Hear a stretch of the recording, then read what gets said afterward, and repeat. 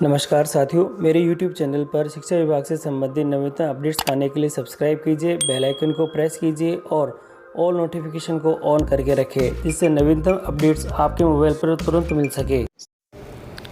साथियों, सरकारी कर्मचारियों की पेंशन प्रणाली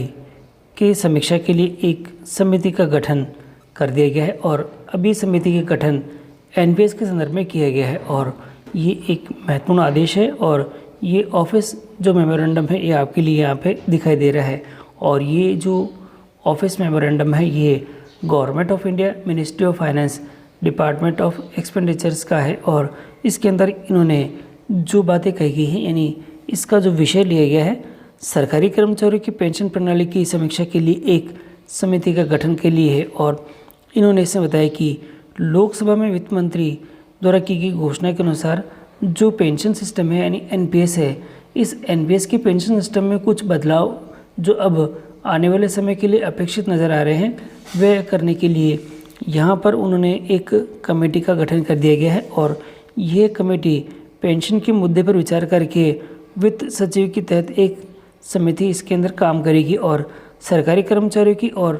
और एक दृष्टिकोण विकसित करना जो कि आम नागरिकों की सुरक्षा के मद्देनज़र होगा और वे थोड़ा ध्यान रखते हुए इसके ऊपर अभी ये काम। और ये जो इसके अंदर कमेटी के अंदर जो सदस्य हैं वे कुछ इस प्रकार से रहने वाले हैं। देखिएगा, चेयरमैन है वह फाइनेंस सेक्रेटरी और जो सेक्रेटरी दे रखा है और एक्सपेंडिचर्स का है और जो बाकी के हैं वे सभी मेंबर हैं। इसमें सेक्रेटरी है जो डिपार्टमेंट ऑफ जो personal and training, ministry of finance, जो पब्लिक जो ग्रीवेंसेस एंड पेंशनर का है और यहाँ पर जो मेंबर से एक जो सोशल सिक्योरिटी दे रखा है और अपने पास department of expenditure, ministry of finance है। चेयरमैन दे रखा है पेंशन फंड रेगुलेटरी और डेवलपमेंट अथॉरिटी का जो कि PFRDA है, वे उसके चेयरमैन भी इसके अंदर मेंबर रहेंगे।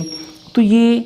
जो सदस्य इसके यानी 4 प्रकार के ये इसमें सदस्य जुड़े हुए हैं और इसके अंतर्गत जो मौजूदा ढांचे के अंदर बदलाव किया जाने वाला है, इसके तहत जो बिंदु इस प्रकार से निकल के आ रहे हैं। और ये जो कमेटी है, क्योंकि देखिए कमेटी बनाने की ज़रूरत इसलिए पड़ रही है क्योंकि कुछ राज्यों ने OPS लागू कर दिया है और अपने स्तर पर उन्होंने काम भी शुरू कर दिया है। तो अब OPS लागू होने से सभी को अपनी जो पेंशन है यानी OPS के तहत ही पाने की अब इच्छा होने लगी है क्योंकि इसके अंदर सिक्योरिटी ज़्यादा है और इसी के तहत ही अब NPS को लोग जो छोड़ना चाहते हैं। तो अब सरकार के ऊपर ये दबाव हो चुका है कि NPS में वो बदलाव करे और जिस प्रकार से पुरानी पेंशन योजना है उसी के तहत ही NPS को भी बनाया जाए, जिससे कि सभी लोग NPS के अंदर शामिल हो सके और वापस जो NPS के जो फ़ायदे हैं सभी के लिए लाभकारी भी हो सके। तो इन्हीं मुद्दों को देखते हुए ये सभी काम इसमें किए गए हैं और इसके अंतर्गत जो मौजूदा ढांचे और राष्ट्रीय की संरचना के प्रकाश में ये काम करा गया है और सरकारी कर्मचारियों के लिए लागू पुरानी पेंशन योजना में अब यह देखना है कि क्या चीज़ें इसके अंदर और निकल के आती, क्योंकि NPS में बदलाव होने वाला है। और इसी के साथ ही यहाँ दे रखा है कि जो अदर हमारे पास में जो गवर्नमेंट के जो कार्यरत है राजकोषीय निहितार्थ और समग्र बजटीय स्थान पर प्रभाव को ध्यान में रखते हुए राष्ट्रीय पेंशन प्रणाली के अंतर्गत आने वाले सरकारी कर्मचारियों के पेंशन लाभों में सुधार की दृष्टि से इसमें संशोधन के लिए उपयुक्त उपायों का सुझाव देना तय किया है ताकि राजकोषीय विवेक आम नागरिकों की सुरक्षा के लिए रखा जा सके। तो ये सभी के लिए अपडेट रहेगा क्योंकि अब इसके अंदर जो बदलाव होने वाले हैं वह सभी को ध्यान में रखते हुए करे जाएंगे। और इसी के साथ ही यहाँ पर कुछ बिंदु और भी दे रखे हैं और वह भी हमारे लिए महत्वपूर्ण है। इसी के साथ ही समिति अपने विचार विमर्श के भाग के रूप में केंद्र सरकार किसी भी अधिकारी को संयोजित कर सकती है जब सभी समिति के